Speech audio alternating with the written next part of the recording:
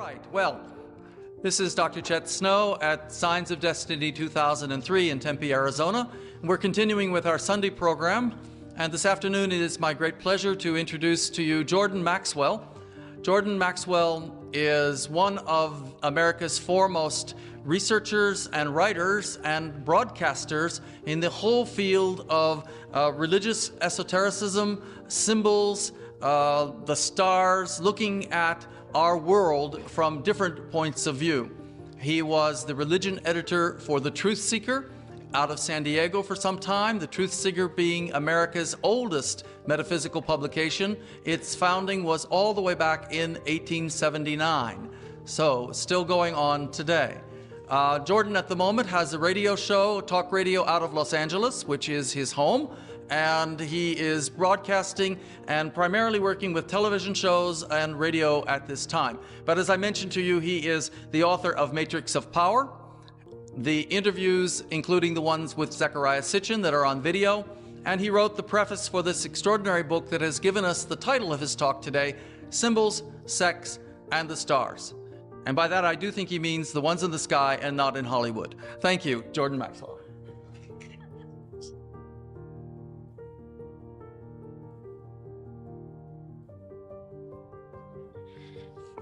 Thank you all. I want to thank Chet for having me here, and I appreciate the invitation. Before I begin tonight, I have a couple of announcements. First of all, I want to say I'm very honored to have in the audience Sir Lawrence Gardner. I have been impressed with his brilliance and his work, and I'm delighted to have him in my audience. Carry on, Lawrence. So anyway, many subjects have interested me in my life, but one of the high points of being able to travel and speak to audiences, one of the few things that I have gotten out of my life's experience is to meet interesting people. And I'd like to pay tribute to three people who have influenced my life greatly. Probably the most impressive man I have ever personally known and has impacted my life was Mr. Manly Palmer Hall. Manly P. Hall, if you do not know, is one of the most brilliant spiritual men that I have ever even read about. And so I want to pay tribute to Mr. Hall, who is no longer with us. A very wonderful man. Two other people who have influenced me are here with us at this conference, and they have in fact impressed me a great deal with their work, and that is Dr. Louis Turey and William Henry. I believe William Henry's work is extraordinary, and there's a lot more to Dr. Louis Turey than meets the eye. He's a brilliant man.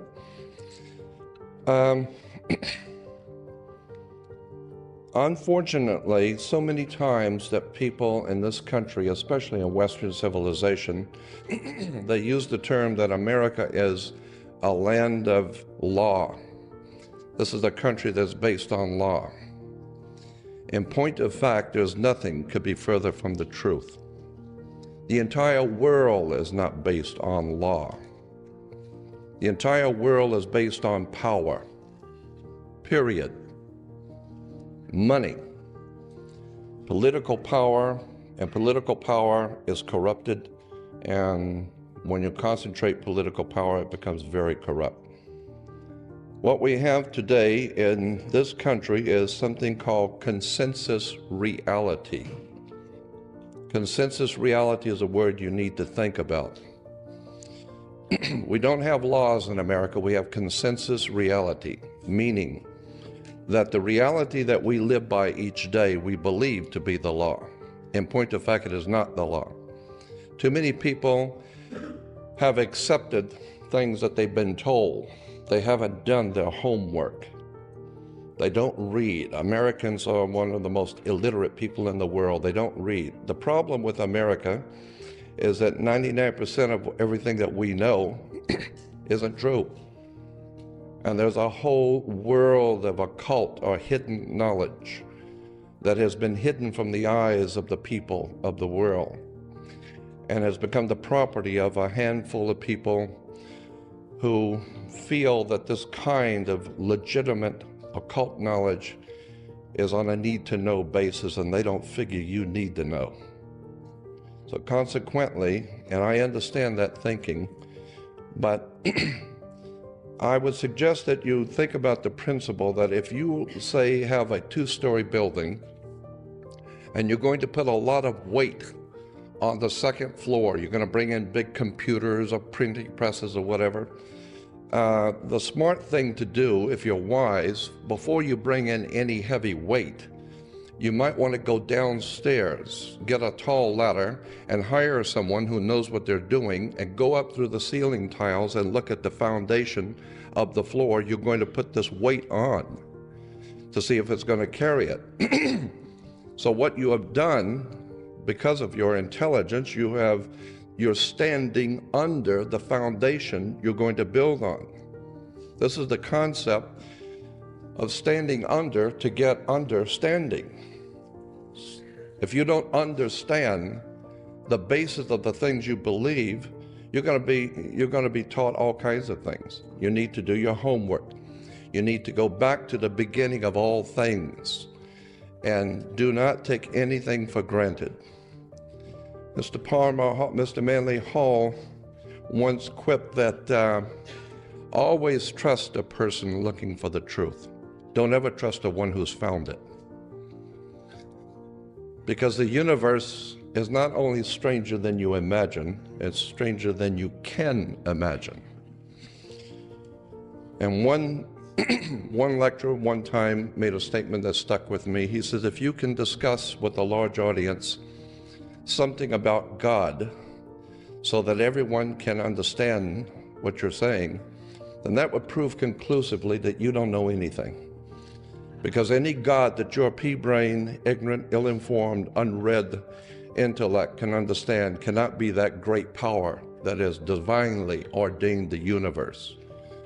What you need to understand is we have no comprehension at all of the divine. The world is far, far bigger and deeper than you suspect. Our lineage as humans go back hundreds of thousands, and if Michael Kramer is right, perhaps even millions of years. We're discovering now civilizations that have existed for probably hundreds of thousands of years that we just were not privy to know about. I believe that these are the days in which the Bible calls the days of the meting out of justice. What goes around comes around. And it's a time in which the powers of the universe are going to enlighten mankind, whether they're ready or not. And unfortunately, I don't think there are too many people in the world who are ready for the very near future that's coming. Again, I have always been interested in words, terms, symbols, emblems, because I think that's the way the Spirit communicates with us, is with symbols. The Romans, the ancient Romans had a saying in their law that said, quote, "Let them who wish to be deceived, be deceived." Quite simply, the Roman law was, if you're so stupid to want to be deceived, go ahead. If you had any brains at all, you do your homework and take many, many days and hours, the kind of thing that Sir Lawrence Gardner does. Spend a lot of time researching, studying, and then you're going to find out, yes, what we're faced with in this world is consensus reality. It has very little to do with the real truth. The real truth, you better wake up and find out, has been around you all of your life. You just didn't see it. A classic example, a humorous one to start with, a more serious later. I don't know if any of you have ever heard of this. It's been around for a while. Abraham Lincoln was elected to Congress in 1846. John Kennedy was elected to Congress in 1946. Abe Lincoln was elected president in 1860. John Kennedy was elected president in 1960. The names Lincoln and Kennedy both contain 7 letters. Both presidents were particularly concerned with civil rights. Both of the presidents' wives lost children while living in the White House. Both presidents were shot on a Friday in the head. President Lincoln's secretary was named Miss Kennedy. Kennedy's secretary was named Miss Lincoln.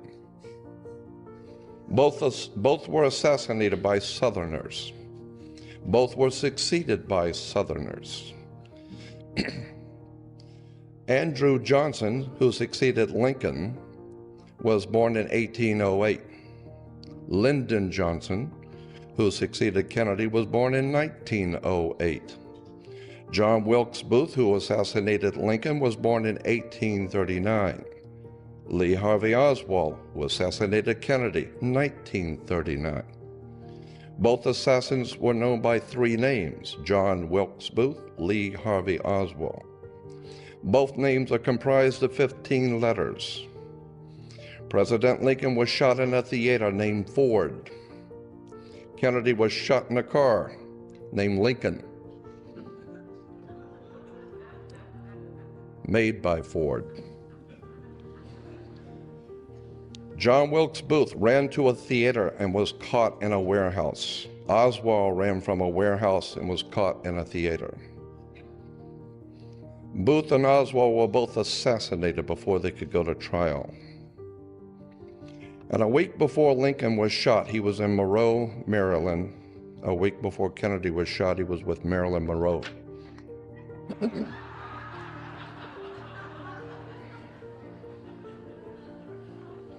I read you that to impress upon your minds that there is an occult world going on around you. The men in power in this world that we live in are there by divine appointment. So when you hear the term, the divine right of kings, you better look at that, because there is such a thing as a divine lineage going on throughout the world that most people just hear and have no comprehension of the implications of our governmental systems over the earth. I'm nowhere near being an authority on anything. I've never been the world's foremost authority on any subject. I feel that I am an ordinary man pursuing extraordinary knowledge.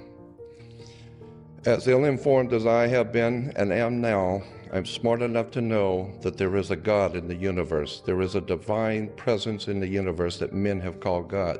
But I'm also very much aware that men's minds have misused and abused the Spirit. And the sacred will allow you to do whatever it is you're going to do, but there's a time that what goes around comes around.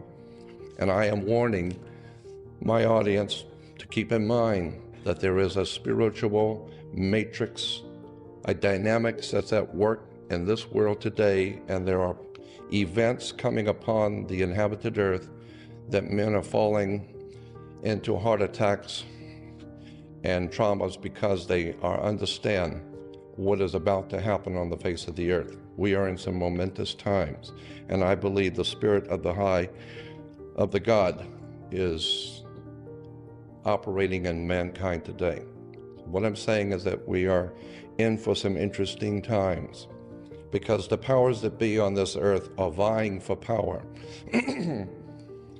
And again, let's go back to the concept of words and terms and how they affect us. Let me give you an example. Corpus Juris Secundum is an encyclopedic set, huge, maybe 100 volumes or more, in our good law library. Corpus Juris Secundum is the complete restatement of the entire American law as reported in all cases. Anything that you would call American law is in Corpus Juris Secundum, period. Under attorney and client, Corpus Juris Secundum says, under the heading of attorney and client, an attorney has an obligation to the courts and to the government no less significant than his obligation to his clients. Thus, an attorney occupies a dual position that imposes dual obligations.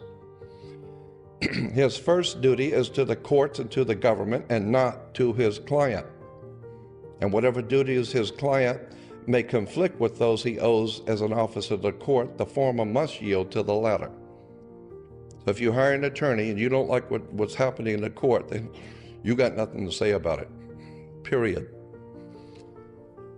A client is one who applies to an attorney or a lawyer or a counselor for advice in the direction of question of law. So if you hire an attorney, you will become known as a client. A client is also called, quote, a ward of the court, end quote, in regard to his relationship with his attorney. So if you hire an attorney, you're a client. And if you're a client, the law says you are a ward of the court. Why is this important? Because in Black's Law Dictionary, it says a ward of the court is an infant or person of unsound mind. Basically meaning if you hire an attorney, you're an idiot. Why? Because if you had any sense, you wouldn't be in court to start with.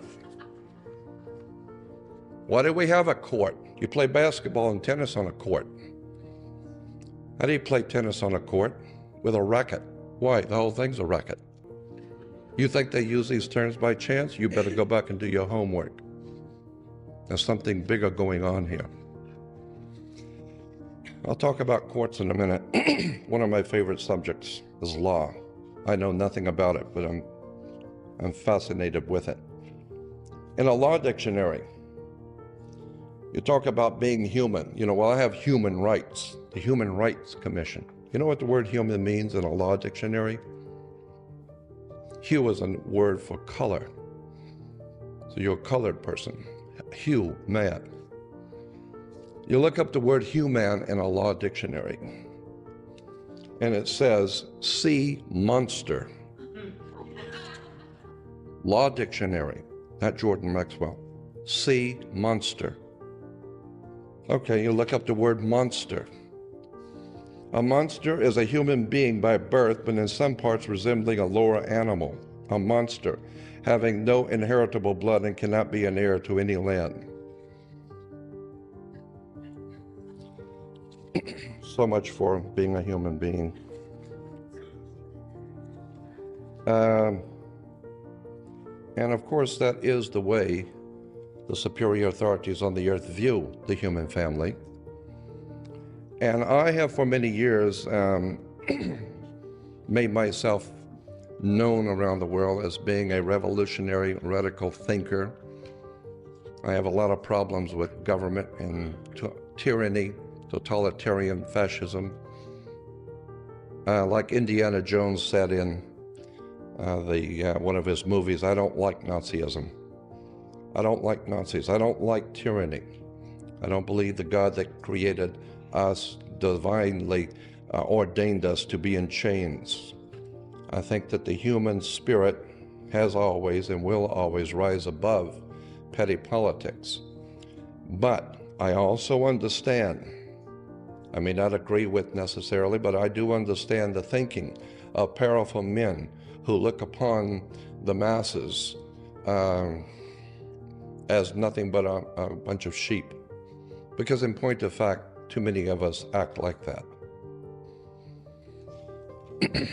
In the book 1984, George Orwell, that was published in 1948, let's see, who was it that did the forewords? There was a quote. There was a quote in the 1984 original edition that said this, as political and economic freedom diminishes, it was Aldous Huxley, Julian Huxley. Julian Huxley said this in 1984 book. As political and economic freedom diminishes, sexual freedom tends compensatingly to increase. And the dictator, unless he needs cannon fodder or families with which to colonize the empty and conquered territories, will do well to encourage that freedom. in conjunction with the freedom to daydream, under the influence of narcotics, the movies, the radio, and it will now help to reconcile his subjects to the servitude which is now their fate. So the people who run this world know that most people couldn't care less about truth. America's not the land of the free and the home of the brave. We're not free or brave. Need to wake up and find out we're just here. The people who founded this country were men that we can't even converse with. They used a whole different terms and different logic. They were men of renown, brilliant, intelligent men who were students of history. And of course they made enemies in England, but they had the respect of the British kings and the respect of the British royalty. They may not have loved them, but they respected them because they were brilliant, intelligent men. Unfortunately, our country today has very few, if any, of those qualities left. Let me give you an example of how people play with your minds. In television, you have something called the Emmys. The Emmys they come out of Washington, D.C., and unfortunately, I forgot to put down what this name is, but the acronym is NATAS, National Academy of Television Arts and Sciences. Yes, NATAS, National Academy of Television Arts and Sciences, puts out the Emmys each year. NATAS. Go backwards. SATAN, okay? I don't believe in Satan as a devil. It's not an article of my faith, but I do believe that there is a profound presence of dark power on the earth. The word devil is simply the word evil with a D in front of it. And the word God comes from a German word Goth, which gives us the root word for good. You take an O out of good and it becomes God. And God is good and devil is evil. You need to understand that words and terms are divinely put into a flow so that your mind can accept concepts. I don't accept anything. I want to know. Christians are called believers. I've often wondered, why would anyone call themselves a believer? I mean, if you are on death row, or if you are being tried for a capital crime, and your attorney is going through the different jurors, and they come across someone and they ask you, do you know anything about this case? And you say, oh yes, I already have decided this guy is guilty, and that's it. Well, they can't use you. Why? Well, because you're prejudiced. You haven't even heard the facts yet, and you've already decided. So consequently, you are a believer. You believe that the person is guilty, which obviously shows you do not have an open mind.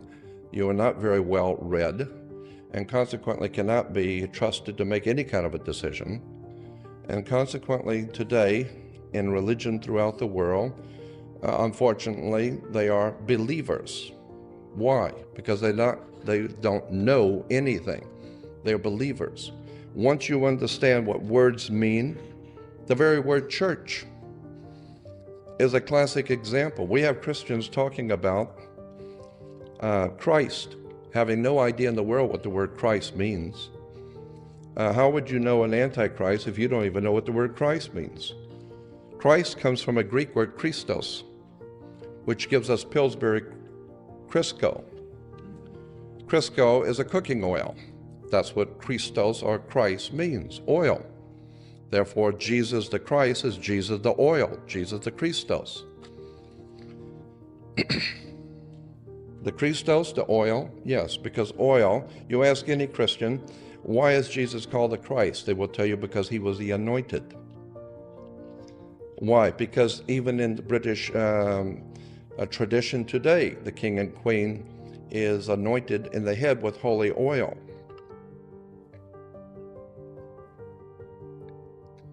Interesting symbols, I suspect. Why why were the ancient kings, not only in Israel, but throughout the ancient world, always anointed in the head with holy oil? Well, it has to do with Yahweh, Jehovah, Yahweh, the God of the Hebrews. Yahweh is not the name, it's not a proper name. Yahweh is a descriptive term that's describing something.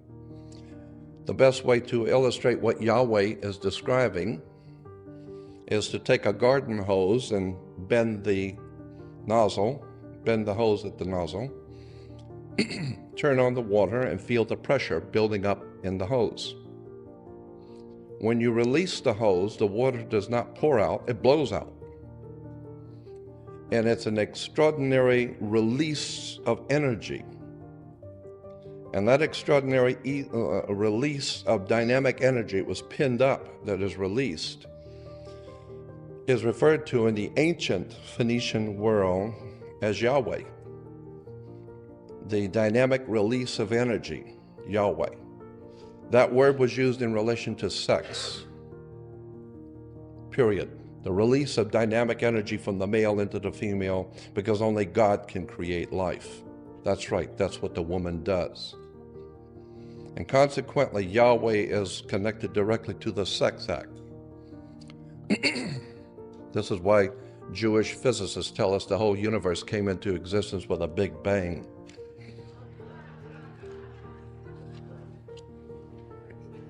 You need to do your homework on words and terms. You will find that there's an extraordinary ignorance among the people of this world in relation to theology and religion. I talked about the word church. A lot of people do not know that the word church, an English word, as a matter of fact, you might want to keep this in mind. Go to any good library and do a lot of reading in the Oxford Dictionary of the English language. Very important set of books. The word church, English word, goes back to a Scottish word, kirk. Kirk is church in Scottish, which is why you have a television show with Captain Kirk, the good ship Enterprise. That's what Kirk is, enterprise. Money, political power. The very word priest. Let me finish with church, because there's more to it. Church goes back, as I said, to a Scottish word kirk, but kirk can be traced back to a Roman goddess named Circe. Circe in Rome can be traced back to a Greek goddess, Circe. She was called Mother Circe. I'm not making this up.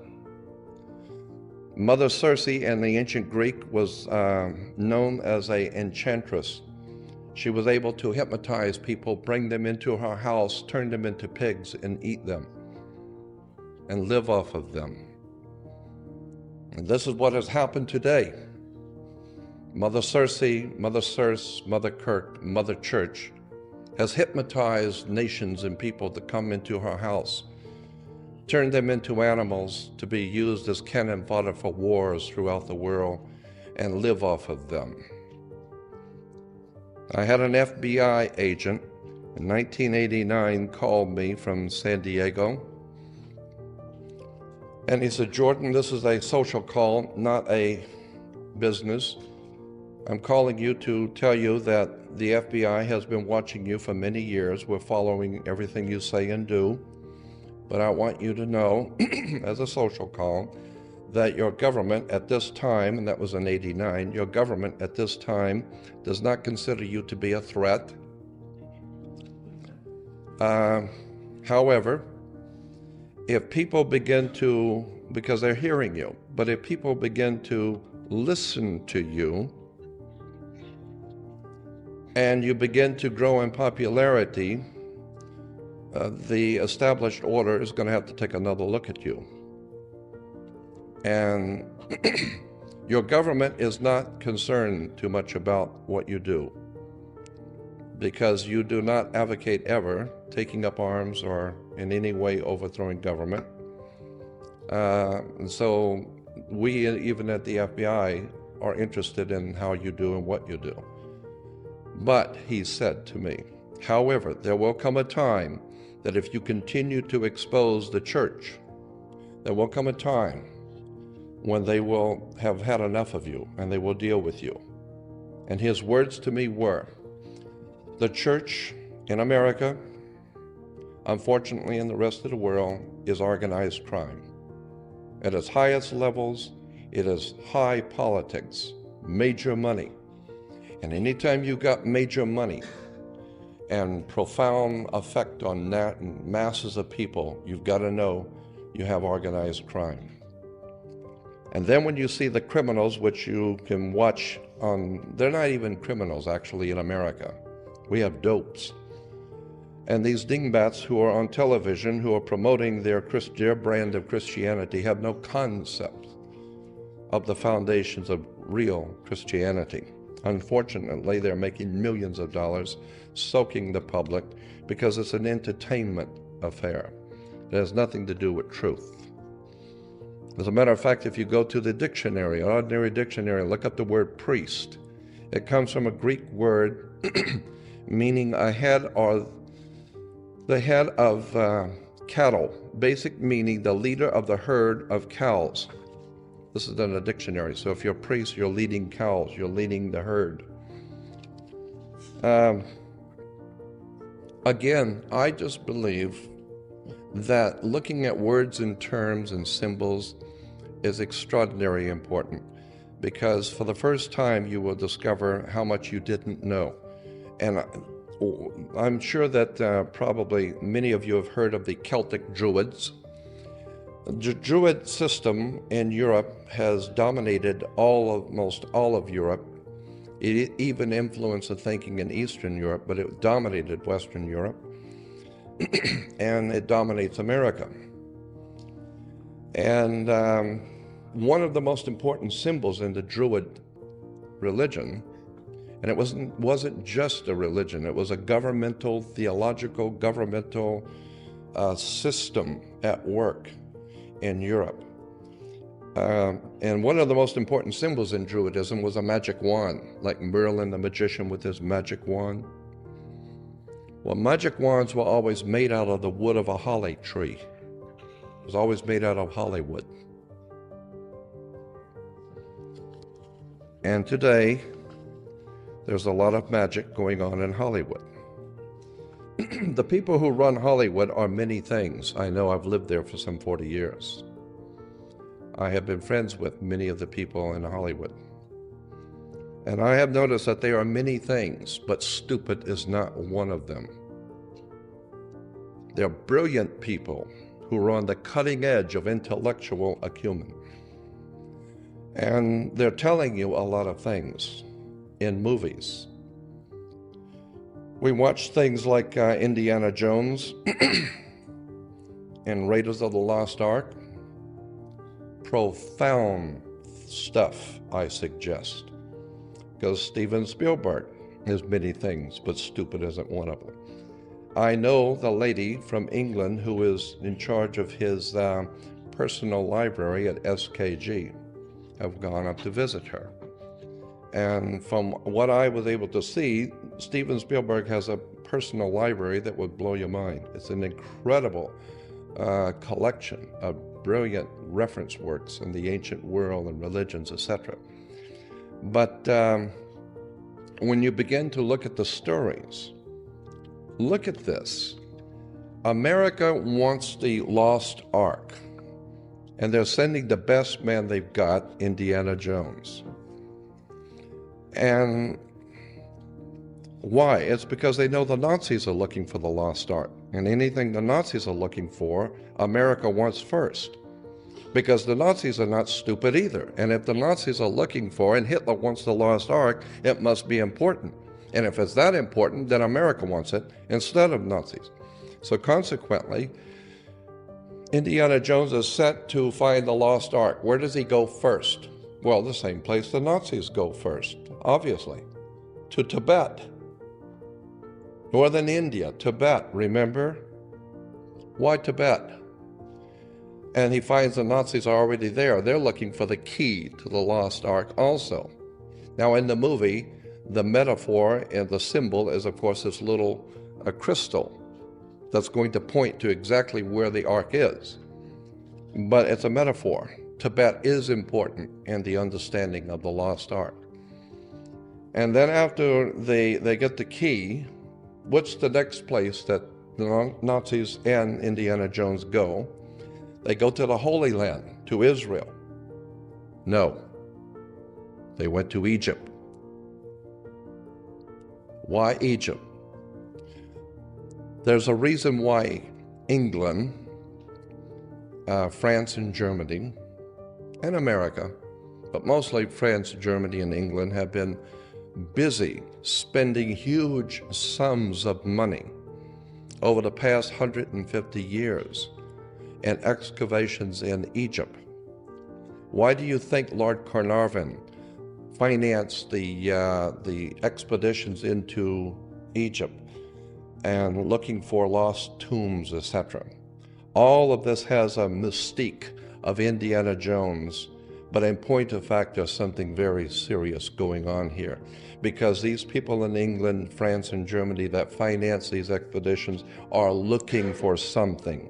And it's not the pretty artifacts to show the children in a museum.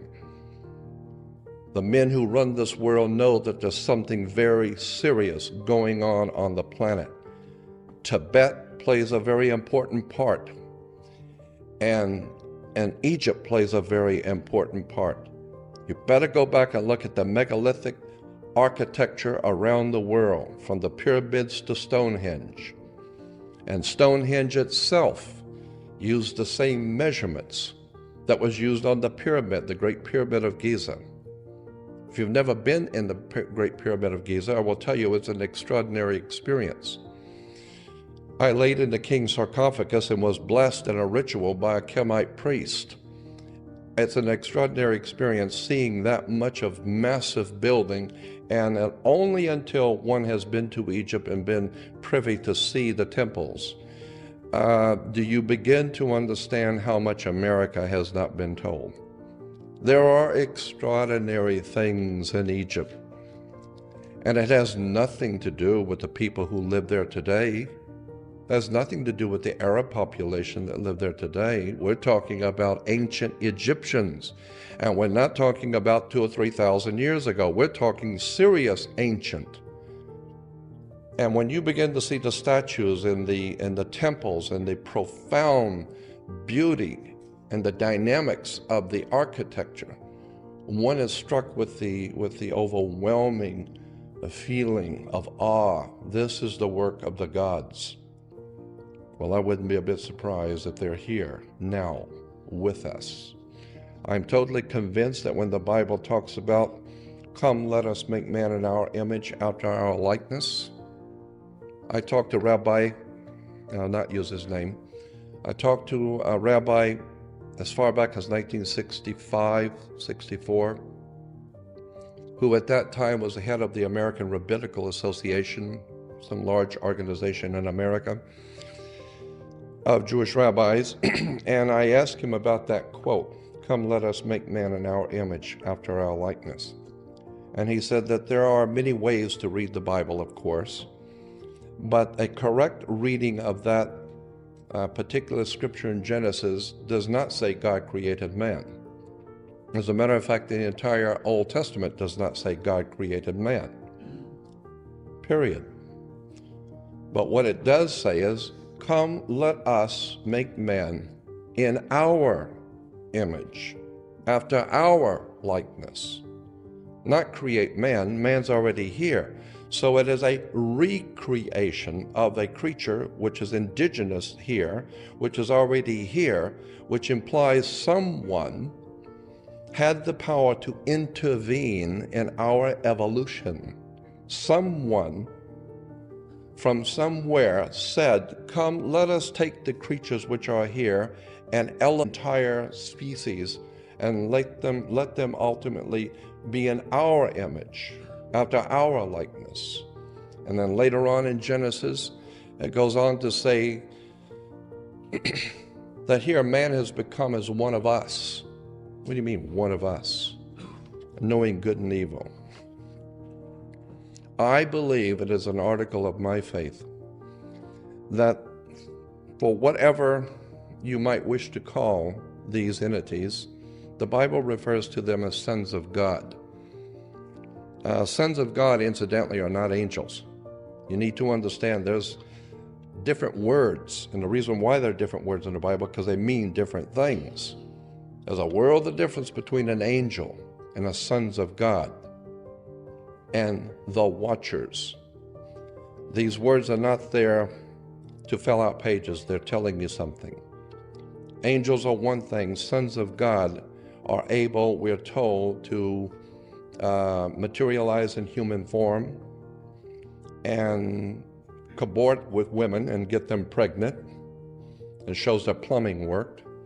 And consequently, if they're able to have offspring through women, I cannot imagine a woman being talked into bed by some hideous creature from another world, but I can believe she might be talked into bed by a very handsome, good-looking man who is not human.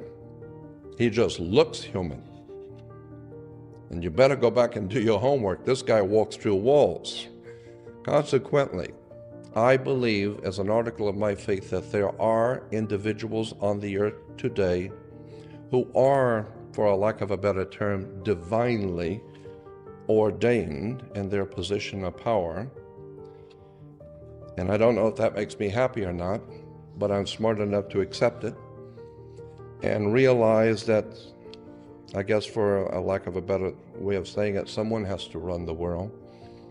And if they are here and they have come here from another place and another time, they have extraordinary wisdom, power, and knowledge.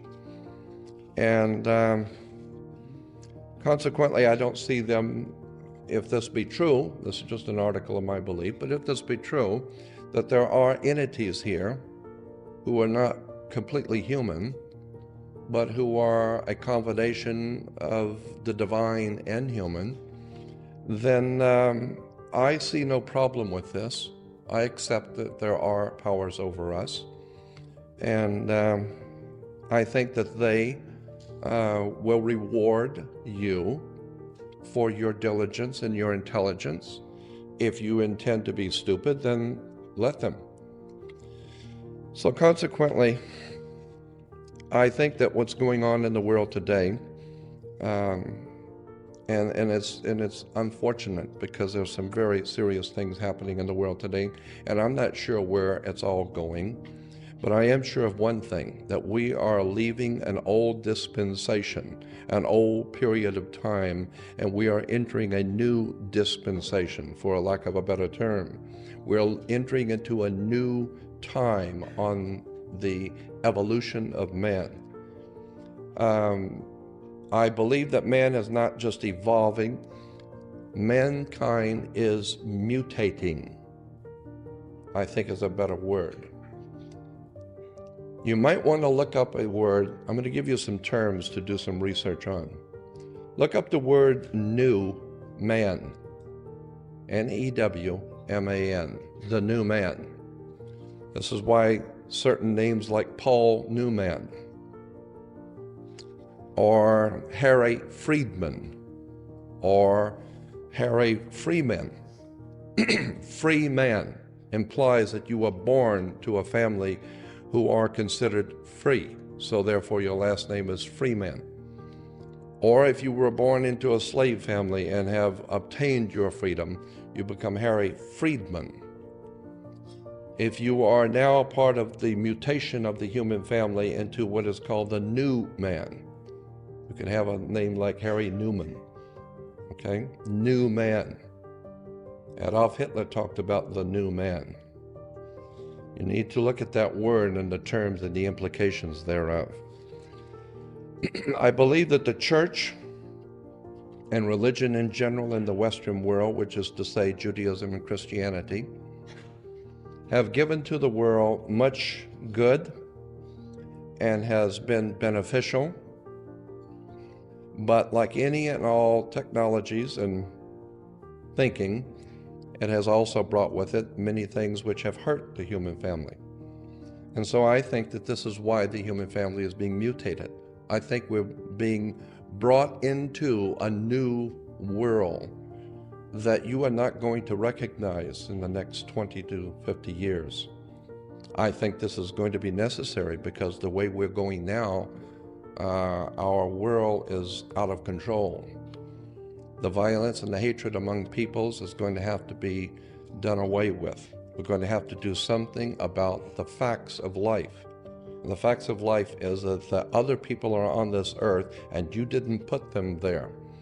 Other people are on this earth because the God who created life has allowed all of us to be here, and somewhere along the line there's got to be order on this planet. And I believe that there are certain individuals are ordained to make sure that happens. So I don't have any problem with power. I have problems with people who misuse power. But those people who have the power to do something for the good of mankind, I am sure that they are working around the clock, taking care of their business. Again, I go back to the concept of consensus reality. Don't ever just accept anything on its face. First of all, let me say this publicly, I have no respect for the skeptic society, period. Because I don't like religion, period. I'm interested in truth. And anyone who gets paid, financially gets paid to be a skeptic doesn't impress me. People who call themselves scientists and they're doctors, they have PhDs, that doesn't impress me either. All of Hitler's top Nazis were all doctors, PhDs. Dr. Mengele, who murdered children. So I'm not impressed with doctors. I'm not impressed with government. I'm not impressed with mankind. I'm impressed with the foundations, the ancient foundations of the human family and where we're going as a species on this earth. And I realize that there's some serious things going on in this world that we need to look at. Where is the United States? You ask any American today, where's the United States located? Well, that's silly. Oh, is this silly? You think so? Do you know where the United States is located? Because you need to understand there's a world of difference between United States and America as a country. In 1870s, 1878 to be exact, there was a privately owned corporation incorporated called United States Corporation. And it was stipulated in the corporation papers that anyone who would work for that particular corporation would be called a citizen, not an employee.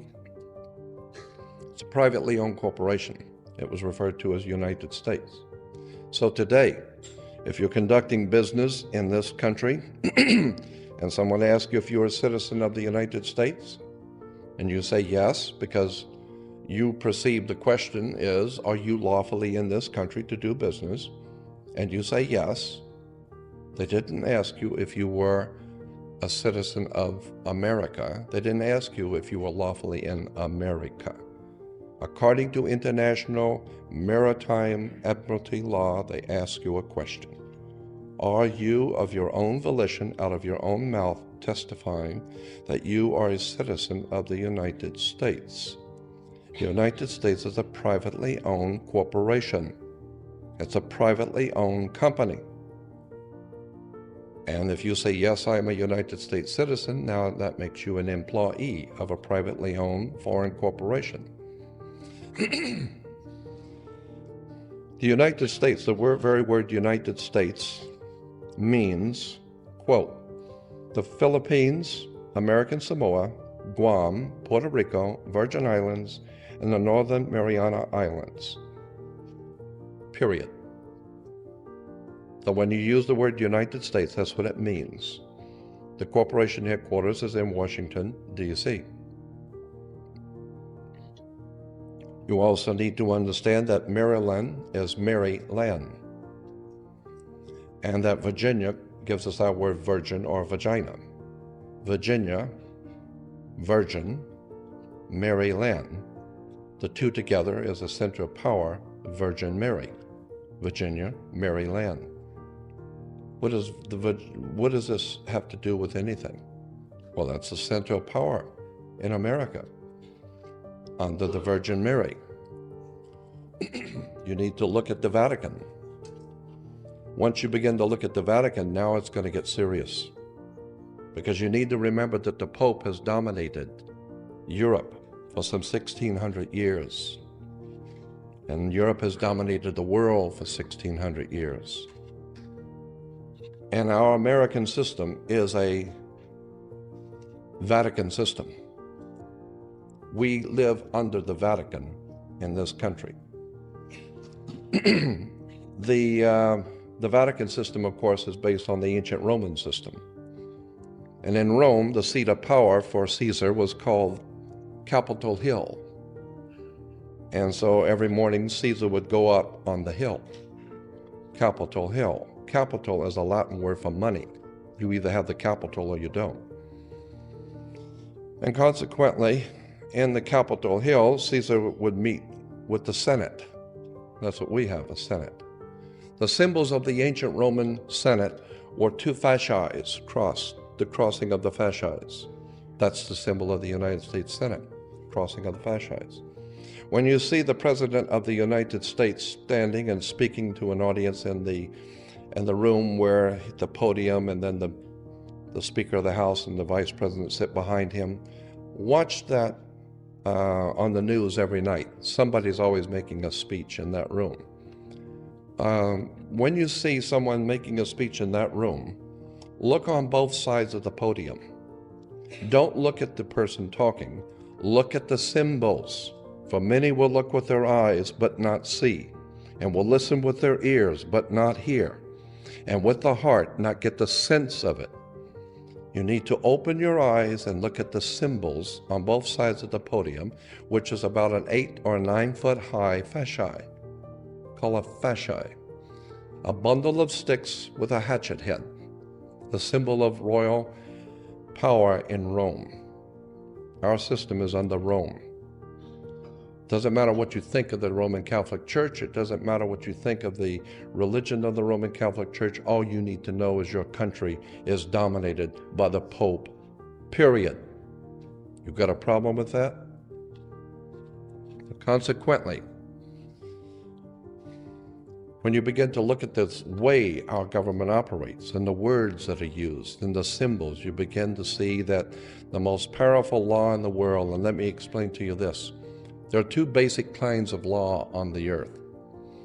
One is called civil law. It goes back to a Latin word civili. The Ilies were, in the ancient world, the gods. Civili means the people of God. So we have something called civil law. Civil law is a law of the land. But in every country, the land is different. So that you can do things in America you can't do in Russia. You can do things in China you can't do in Africa. Because the civil law is based on the culture of the people who live on the land. But there's a far, far more powerful law that the kings and the powerful men of this planet live by. And it has nothing to do with civil law. It's called the law of water. Because on the earth there's only two things, land and water. There's 3 times more water than there is earth. So the law of water is 3 times more powerful than the law of civil law. It's called the law of the high seas, the law of water. This is why the Vatican is called the Holy See. The sea is considered holy by the masters of this planet, the waters of the earth. And consequently, based on that idea that the law of the sea is the most powerful law on the earth, it's referred to as banking law. The law of money is the law of the sea, the cash flow. And once you understand that you can get a credit card in China and use it in Africa, you can get open up a bank account in New Zealand and use it in Alaska. Why? Because it's banking. And now you're talking money. And consequently, money is run around the world in one operation. Banking is one thing. Once you understand that the law of the land is the people's law of their culture, but the law of money is called the law of water.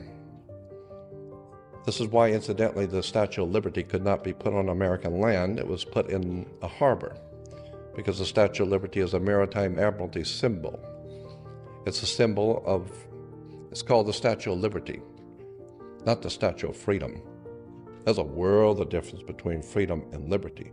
Liberty means you ask your father if you can use the car. If he says no, you don't use it. Liberty is what a sailor gets when he pulls into harbor. He asks the captain if he can leave. If the captain says yes, and he most likely is not going to, but if he says yes, that means you have the liberty. You pull liberty. You don't have freedom. America is not the land of the free and the home of the brave. We're not free or brave. We're ill-informed, entertained, and totally ignorant to the powers that be on this earth and how it works. But let me give you an example of how the law of water works. When you go into a court, why do you have to go to court? As I said, you play tennis and basketball on a court. The whole idea in a court is to put the ball back in the other guy's court. So consequently, this team stands up and throws the ball at that team, and that team stands up and throws the ball back over there, and the judge sits here, and that's what he is, a judge. He's the referee. He doesn't care who wins or loses. Somebody's going to pay. And he's going to get paid, so he doesn't care who wins or loses. He's only there to make sure that the game is played correctly. It's called commerce, because the whole world is commerce. Look up the word commerce in a law dictionary. It'll tell you sexual intercourse. Marriage is a partner. Partner is a term that's used in business. And consequently, if your business with your partner doesn't work out, you're not going to God, you're going to court. And bring your check and your house and all your property with you, because it's just business, nothing personal. Consequently, I'll give you an example of how this works. When a ship pulls into harbor, you need to understand the concept behind international banking. As a matter of fact, the judge rules from a bench in a courtroom. He rules from the bench. He sits up higher so he can look down on you, and you can look up to the law. And he sits on a bench. The word bench is simply a Latin word for a bank. So he rules for the bank. This is why he wears a black robe. But because the black robe in ceremonial black robes represent the planet Saturn. Saturn is the god of law, order, and banking. The inhibitor, the one who can put you in jail, can inhibit your business. Saturn. He's referred to as Lord of the Rings. Hollywood's still making movies about Lord of the Rings, and Americans just love it and have no idea in the world what they're looking at. They're telling you something, but you're not listening. So Saturn is the Lord of the black robe. Judges wear black robes. Catholic priests wear black robes. Rabbis wear black robes. Used to, kids graduating from high school and university wear black robe. Black robes are the robes of the planet Saturn. Saturn color was black. The god Saturn in the ancient Phoenician world was referred to as El, E-L. This is why if you're continuing today to worship the planet Saturn, you become known as an elder. How did you get to be an elder? You got elected with elections. Because you were elected, now you're one of the elites. You have become elevated. Consequently, words and terms are very, very interesting. Again, we go back to the court and back to maritime admiralty law, the law of banking. I want you to understand the concept behind banking. Banking is referred to, as I said, the law of water. An example is if a large ship from Japan pulls in and parks at the harbor. It's got $700 million worth of Toyotas or TVs on it. The ship was not here yesterday. It has come this morning, so it has manifested. So every single piece on that ship that's going to make money for somebody has to be accounted for. So the captain, which represents capital, money, the captain has to report to the port authorities all of the vital signs on every single thing sold and brought into this country. Is it a 4-door, 2-door? Does it have air conditioning, 6-cylinder, what? Every single piece has to have what is called a certificate of manifest, because it wasn't here yesterday, it's manifested. So you have to have a certificate of manifest with all the vital signs on it. Why? Because it's money, and it has to be kept track of. And when the ship pulls in and parks, it sits in its berth. All ships are referred to as she. There's a reason why. The ship sits in her berth, and it's tied to the dock. Consequently, these items are coming in on water. Money is changing hands. Maritime admiralty, banking, law. Now, it's a curious fact that, in point of fact, when you were born, you came out of your mother's water. Her water broke. You came down the birth canal. And when her water broke, you came out and you were birthed, because the ship sits in her berth. It's birthing the ship. And consequently, you have to have a birth certificate. And if you're taking a car off the ship and it drops and falls, now you've lost money. But that's all right, because the system allows for breakage. So you have to have a death certificate signed by the dock. The dock has to sign your death certificate, right? So you need to understand that you are a maritime admiralty product. You came out of your mother's water. You are a human resource. You need to understand the way banking and world government works. Again, I don't have any problem with this, because there's no need to have a problem with it. This is the way the world has worked for at least 6,000 or more years. All I'm saying is that when you need to understand that words and terms and symbols are used in religion, churches. Why do you have Jews going to synagogue? In this country, it's spelled S-Y-N-A, synagogue. No, that's incorrect. In Israel, it's spelled correctly, S-I-N-A. In the ancient world, in Arabia, there was a mountain called the Mountain of the Moon, a mountain of the moon god. Even in Africa today, in Uganda, there's a mountain of the moon. The moon god in Arabia was called Sin, S-I-N. You can look that up in an encyclopedia. S-I-N was not doing something evil. It was the name of a god, the god of the moon, Sin. In the ancient Arabic language, Ai was a mountain. You put the two together, as the god of the mountain was Sin Ai, or Sinai. Mount Sinai is the god of the mountain, the moon god. This is why Moses was a leader of a lunar cult. In the Vatican and throughout Europe, Moses is pictured in sculpture and paintings with horns. These were the lunar horns. It's because the Jews celebrate their holy days after sundown. Well, of course, that's when the moon comes out. And consequently, the Bible even starts off in Genesis. This was the evening and the morning. So days are counted in the Jewish tradition from the evening to evening. Why? Because of Sin, Ai, or the god of the moon. Fascinating use of terms and words, as I said.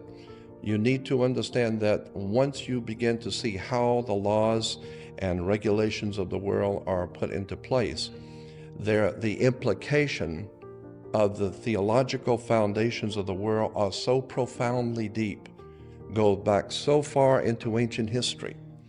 You need to understand that the concepts in our mind of religion actually need to be, you need to define the terms where these things come from. Let's go back for a few moments to the Raiders of the Lost Ark. Again, why were the Nazis looking for the Lost Ark?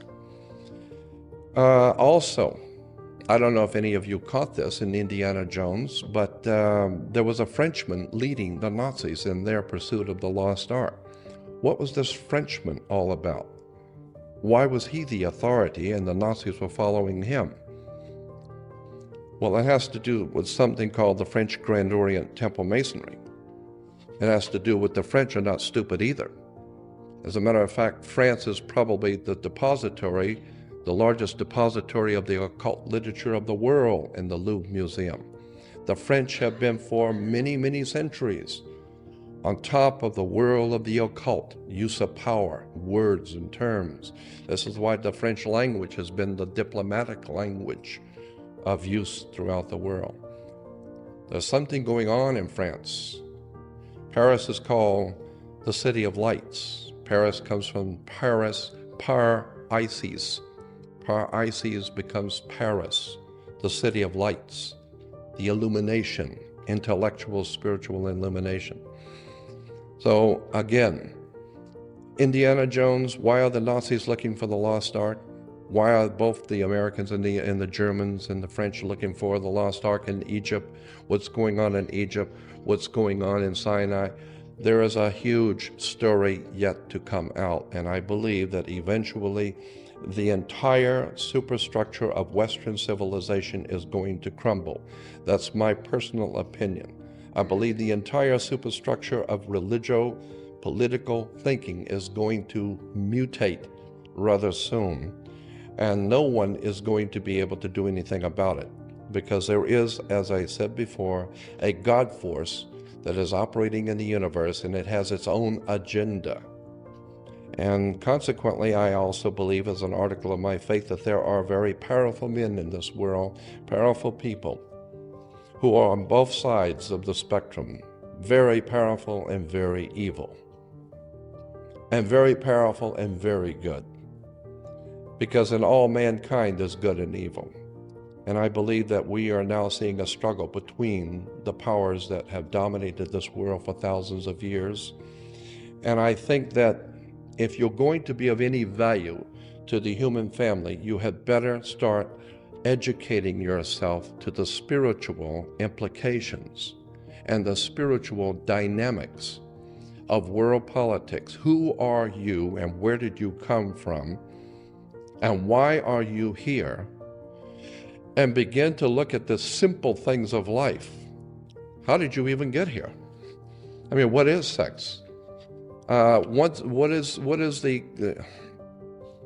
the connection between water, electricity, and the human life? Where did we come from, and what is the ultimate goal of the creation of the human family?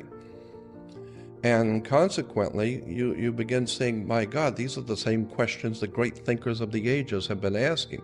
Well, I think very soon the gods, the Elohim in the Hebrew, the gods, and again, that's as I could talk about this stuff all night. In Genesis 1:1, it says, in the beginning, God created the heavens and the earth. But that's not what it says in the original Hebrew. It doesn't say in the beginning, God created the heavens and the earth. It says in the beginning, Elohim created the heavens and the earth. Elohim is plural. It's in the feminine and it's plural. It means more than one. And the second one, Genesis 1:2, is even more important. It says, and the earth was without form and void. No, that's not what it says in Hebrew. It says the earth was without form and void. The correct translation was the earth became a waste and a desolation. And the words is tohu vohu in Hebrew.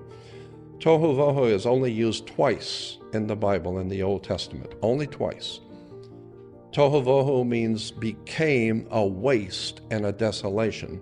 In Genesis 1:2, it is used in Jeremiah, where the prophet Jeremiah says, I had a vision from God of the earth when it was a meeting place for the gods, and there was no man. And then tohu vohu, and then it became a waste and a desolation. You say, whoa, what are we talking about here? Jeremiah saw the earth when it was a meeting place for the gods, and then it became a waste and a desolation? the implications are horrendous. Because in Genesis 9:1, God says to Noah and his family, after the flood, God says, "Go forth, multiply, and replenish the earth." And I've asked the rabbis and checked on it, and replenish the earth is correct. Re means do again. Why? Well, because everyone died in the flood, so you have to repopulate the earth. But go back to Genesis 2:28, where God is creating Adam and Eve, and he says the same exact words: go forth, multiply, and replenish the earth. Do it again. So what we're talking about is the same thing Jeremiah is talking about. Jeremiah says, "I saw in a vision the earth when it was a meeting place for the gods, and then it became a waste and a desolation." I believe that there is no doubt in my mind that this world has been inhabited for perhaps millions of years. And the powers that be on this earth are connected to that lineage, going back thousands and thousands of years into a world that you have never known. And somewhere along the line, I believe those powers are going to make themselves known to us. And when that happens, it's going to be an awesome event. Because the way these entities, for lack of a better term, the way these gods work is that they're very slow. They're in no hurry. When you're in control, there is no need to be in a hurry. You don't have to impress anyone or show anyone anything. When you get ready to move, the world will know it. And I believe that this is exactly what is coming now. I believe we're getting ready to see the powers of this world shaken. The prophecies in the Bible are merely one of the many different prophecies. The Aztecs, the Mayas, the Toltecs of the Incas. My God, all over the world, the ancient texts have told us there's going to come a time when, in our language, in America, we would say, what goes around comes around. And I believe that the divine presence in the universe, these entities that the Hebrews have called the Elohim, the gods, I believe they're going to very soon make their presence known. I think that Hollywood has known that. I think that even the concepts that are given to us in the motion pictures and science fiction movies are trying to tell you something. I think that Area 51, May 1st, May Day, 5/1. What is May Day? Why did the communists celebrate May Day? It's because even the American military, when you're in trouble, there was a May Day call. What are you talking about, May Day? You better go back and look at symbols. You better go back and look at the words and terms on which this whole world is based. I think we're getting ready for a time in which the mutation of the human family is going to be orchestrated by the powers that have brought us here to start with. And we're going to come face to face with the gods. We're going to come face to face, there's no doubt in my mind, with a presence that is going to be overwhelming. I had such an experience. I had an epiphany of my own. I was out on the desert with two of my friends north of Area 51, and it was about 1 o'clock in the morning, and it was totally overcast. Couldn't see anything. Turned the lights off in the car, and it's totally dark. We're 155 miles north of Las Vegas, 1 o'clock in the morning, out in the middle of nowhere. We get out of the car, and all of a sudden, just north of us, the clouds begin to open up, and two bluish-white glowing discs, the size that the moon would appear in the sky. Not a little light zipping across. The size that the moon appears. Two bluish-white discs came through the clouds, and as they came through the clouds, they illuminated the clouds above them. They were awesome, is the only word I can think of. Behind them, 5 more came in. 7 bluish-white glowing discs, the size that the moon appears, and I was frightened to death. The 2 people with me were acting like they saw Santa Claus for the first time. They jumped around and were delighted. They were happy, and I was frightened. because I realized the implication of what I was seeing. I was born and raised in Gulf Breeze, Florida. At 8 years old, I was having entities in my bedroom. My whole life has been filled with other world experiences, but I have never personally been involved in anything like this. Spirits in my bedroom are one thing. This was frightening. I don't know who these people are or what they represent or what they're going to do here, but I'm getting out of here. And consequently, it was a frightening experience. 7 bluish-white discs hovered over us and began to maneuver around. And I believe that this was given to us as a prelude to something which is coming. So when I'm asked, do you believe in UFOs? I can answer truthfully, no. I don't need to. I've seen them. I've had too many experiences, as I said, from my childhood of 8 years old on up. I've had other world experiences. I've been involved in very strange and occult things which have happened, which are frightening. And that's why I have a legitimate fear of power. And that's why I don't mind submitting to people who are more powerful than I. I have no problem with that. I've even said to the gods that I'm willing to do whatever I'm supposed to do, but please don't abduct me. I don't want to go anywhere, and I don't want to wake up with something in my bedroom I can't handle. Don't frighten me. Don't frighten me. If I am to do something, then give me the work I am to do and show me what I am to do, and I will do the best to fulfill what my destiny is. But don't frighten me, because I am very frightened.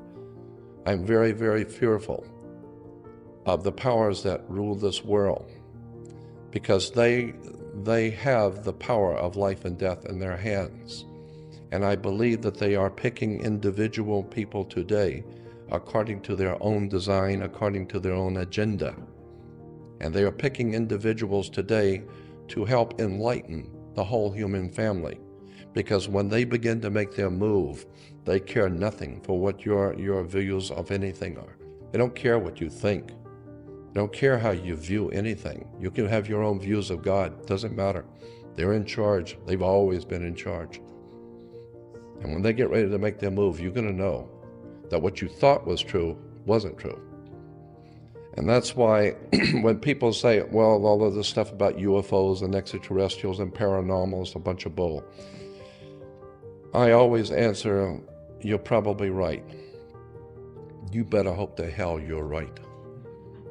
Because if you're wrong and you made a miscalculation and this world is inhabited by powers that are unseen, you better find out if that's true, and if it is, you better get in tune with it, because it's going to make its move soon. And I am so convinced, beyond a shadow of a doubt, that we are in a time in which the human family, again, is going to mutate.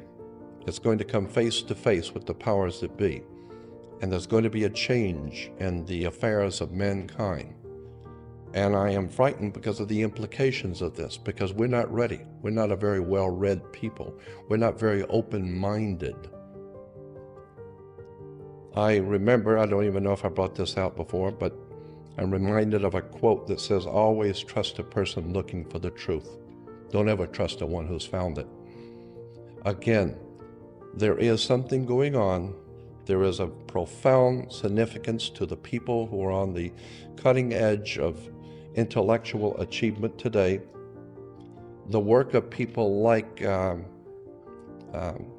writers and the authors and some of the people that are here today are on the cutting edge of a whole new technology of science, a whole new technology of power.